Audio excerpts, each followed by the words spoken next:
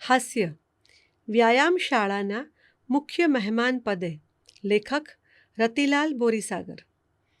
એક જાણીતી વ્યાયામ શાળા દ્વારા વ્યાયામના જુદા જુદા પ્રયોગોમાં શ્રેષ્ઠતા હાંસલ કરનારા યુવાન યુવતીને ઇનામ આપવાના હતા.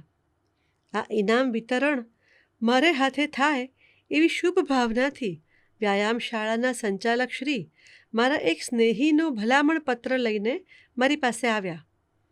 હું ભલામણ પત્ર વાંચી રહ્યો એટલે સંચાલક શ્રી બોલ્યા, આપ અમારા કાર્યક્રમમાં આવશો જ અને આપના વરદ હસ્તે ઇનામ વિતરણ થશે જ એવી પૂરી શ્રદ્ધાથી હું આપની પાસે આવ્યો છું.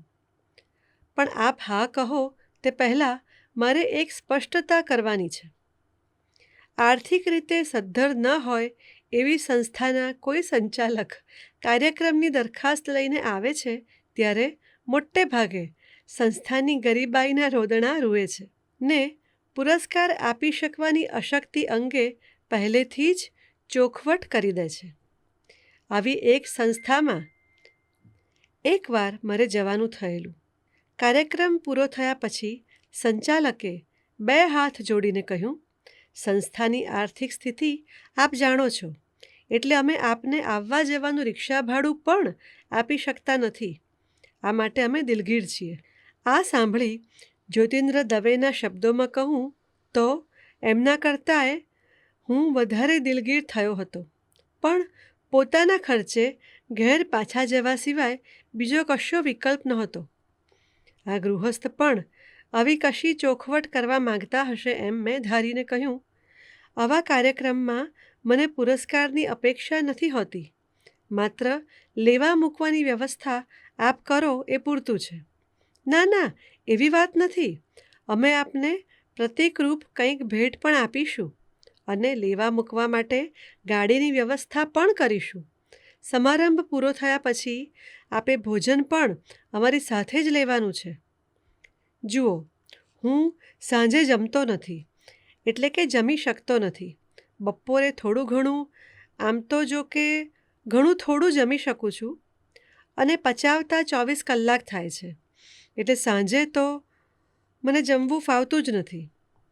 એટલે જમવામાં મને શું ફાવે એની સ્પષ્ટતા આપ કરવા માંગતા હો તો એ પણ જરૂરી નથી. ના ના, એવી વાત નથી. પણ અમારા કાર્યક્રમમાં પધારતા મહેમાન માટે અમે યોગ્યતાના કેટલાક ધોરણો નક્કી કર્યા છે. આપ વ્યાયામ શાળા ચલાવો છો એટલે આપને ત્યાં આવનારા મહેમાનોની શારીરિક ક્ષમતા અંગે આપને કેટલીક અપેક્ષાઓ હોય તે સમજી શકાય એવું છે. હું આપને ત્યાં આવીને વ્યાયામના પ્રયોગો તો નહીં કરી બતાવી શકું, પણ ગાડીમાંથી ઉતરીને સ્ટેજ સુધી હું ચાલી શકીશ. સમારંભ પૂરો થાય ત્યાં સુધી સ્ટેજ પર બેસી શકીશ. વ્યાયામ શાળાના મહેમાનને છાજે એ રીતે ટટ્ટાર બેસીશ. ઇનામ વિતરણ ચાલે ત્યાં સુધી કશોય ટેકો લીધા વગર ઊભો રહી શકીશ. વ્યાયામ શાળાના પ્રમાણપત્રોને ઇનામો બહુ વજનદાર નહીં હોય તો ઊંચકી પણ લઈશ, મેં કહ્યું. ના ના, એવી વાત નથી, સંચાલક શ્રી બોલ્યા. વાત એમ છે કે અમે સર્વાનુમતે નક્કી કર્યું છે કે અમારા મુખ્ય મહેમાનનું વજન 60 કિલોથી વધુ ન હોવું જોઈએ અને સાથે સાથે તેઓ જીવનમાં કદી વ્યાયામ શાળાએ ગયા ન હોવા જોઈએ. તેઓ મોટા વિદ્વાન હોવા જોઈએ અને એમને છટાદાર રીતે ભાષણ કરતાં આવડવું જોઈએ. પોતાની યોગ્યતા કરતાં ઊંચું મૂલ્યાંકન થાય ત્યારે માણસને સ્વાભાવિક રીતે જ જેવો આનંદ થાય તેવો આનંદ મને પણ થયો. આમ છતાં નમ્રતા એ વિદ્વાનનું ભૂષણ છે એ સૂત્ર યાદ કરીને મેં કહ્યું, જુઓ, મોટા વિદ્વાન ગણાવવું મને ગમે, પણ લોકોના મનમાં હજુ સુધી એવી ગેરસમજ ઊભી કરી શક્યો નથી. મારા ભાષણો બહુ છટાદાર હોય છે એવા અભિપ્રાયો પણ મને મળ્યા નથી. એટલે સાહેબ, તમે ચિંતા ના કરો. વિદ્વત્તા અને વક્તૃત્વ અંગે અમારો ઝાઝો આગ્રહ નથી. તમે વિદ્વાન ન હો તોય ચાલશે. આમ પણ સાહેબ, વિદ્વત્તાને શું ધોઈ પીવી છે? ને આ ક્યાં ચૂંટણી સભા છે? આવડે એવું બોલજો ને સાહેબ. પણ વજનની બાબતમાં ને વ્યાયામ શાળાએ ન ગયા હોવાની બાબતમાં અમે સહેજે બાંધછોડ કરી શકીએ એમ નથી. વ્યાયામશાળાએ ન જનારની મોટી ઉંમરે કેવી અવદશા થાય છે એ અમે છોકરા છોકરીઓને સમજાવવા માંગીએ છીએ.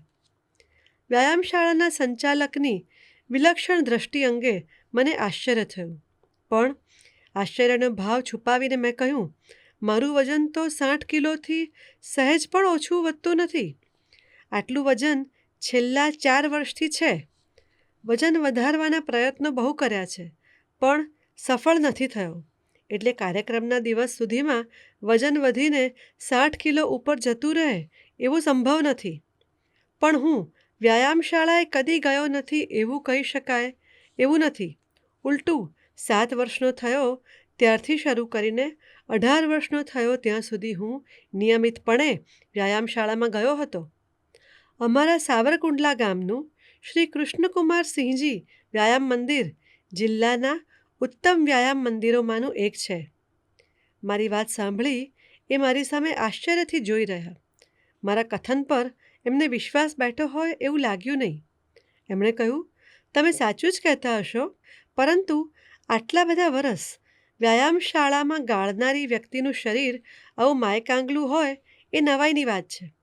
પણ કંઈ વાંધો નહીં, તમે તમારે કહેજો ને કે હું કદી વ્યાયામશાળામાં ગયો નથી. તમારું આવું શેરડીના સુકાઈ ગયેલા સાંઠા જેવું શરીર જોઈ સૌ સાચું માની લેશે. સંચાલકશ્રીએ મારા શરીરના વર્ણન માટે જે શબ્દો વાપર્યા તે મારું ગૌરવ વધારે એવા નહોતા. જ્યોતિન્દ્ર દવેએ એક વ્યાયામશાળાના સંચાલક માટે લખ્યું છે કે એમણે શરીર જેટલું કસ્યું હતું એટલી જીભ કસી ન હતી. તેમ આ સંચાલકશ્રીએ પણ શરીર જેટલું કસ્યું છે તેટલી જીભ કસી નથી એવું મને લાગ્યું. એટલે એમના કથનનો પ્રતિવાદ મેં ન કર્યો, પણ હું કદી વ્યાયામશાળાએ ગયો નથી એવું કહેવાની મેં ના પાડી. મેં કહ્યું, હું કદી જુઠ્ઠું બોલતો નથી. એવું જુઠ્ઠું હું તમારી સમક્ષ નહીં બોલું, પણ આમ અકારણ જુઠ્ઠું બોલવાનું મને નહીં ફાવે. તે ન બોલજો સાહેબ, તમે કશું ના કહેતા. અમે કહીશું કે આ સાહેબ કદી વ્યાયામશાળાએ નથી ગયા, એટલે જુઓ એમનું શરીર કેવું સાવ ખડમાકડી જેવું છે. મારા શરીર અંગે પ્રમાણપત્રો આપવાનો સિલસિલો ચાલુ રાખતા એમણે કહ્યું, ના ના, એ પણ બરાબર ન કહેવાય. સંચાલકશ્રીએ મને યુધિષ્ઠિરની ભૂમિકા પર લઈ જવાનો પ્રયાસ કર્યો, પણ હું હરિશ્ચંદ્રની ભૂમિકા પર અટલ રહ્યો. તો પછી સાહેબ અમે શું કરીએ? સંચાલકશ્રીએ મૂંઝાઈને કહ્યું, જુઓ, હું તમને મારા એક ત્રીજા મિત્ર પર ચિઠ્ઠી લખી આપું. એ મોટા લેખક છે, વિદ્વાન ગણાય છે. એટલું જ નહીં, ખરેખર વિદ્વાન છે, સારા વક્તા પણ છે. એમનું વજન મારા કરતાં પણ 2-3 કિલો ઓછું છે. તેઓ કદી વ્યાયામશાળાએ ગયા નથી. આ અંગેનો પશ્ચાતાપ તેઓએ વારંવાર વ્યક્ત કર્યો છે. તેઓ લગભગ માંદા જ રહે છે. અત્યારે તેઓ માંદા નહીં હોય તો તમારું નિમંત્રણ સ્વીકારશે, ને કાર્યક્રમના દિવસે માંદા નહીં હોય તો કાર્યક્રમમાં હાજર પણ રહેશે. પોતાના ભાવિ મુખ્ય મહેમાનનું વર્ણન સાંભળીને સંચાલકશ્રી પ્રસન્ન થઈ ગયા. આવા ઉત્તમ મનુષ્ય મુખ્ય મહેમાન તરીકે મળશે એવી તો એમને કલ્પના જ નહોતી. મારી પાસેથી ભલામણ પત્ર લઈ મારો ઉપકાર માની તેઓ વિદાય થયા. પણ કાર્યક્રમના દિવસે કાર્યક્રમ શરૂ થવાના અડધા કલાક પહેલાં સંચાલકશ્રી ફરી મારે ઘેર આવ્યા. કહે, સાહેબ, અમે પસંદ કરેલા મહેમાન ગઈકાલે ગંભીર માંદગીમાં સપડાયા છે. અમે તો એમને સ્ટ્રેચરમાં સુવડાવી એમ્બ્યુલન્સમાં લઈ આવવા તૈયાર હતા, પણ ડૉક્ટરે એવું જોખમ લેવાની એમને ના કહી. હવે તમે જ અમારા કાર્યક્રમના મુખ્ય મહેમાન પદ શોભાવો. નિયતિ આને જ કહેતા હશે.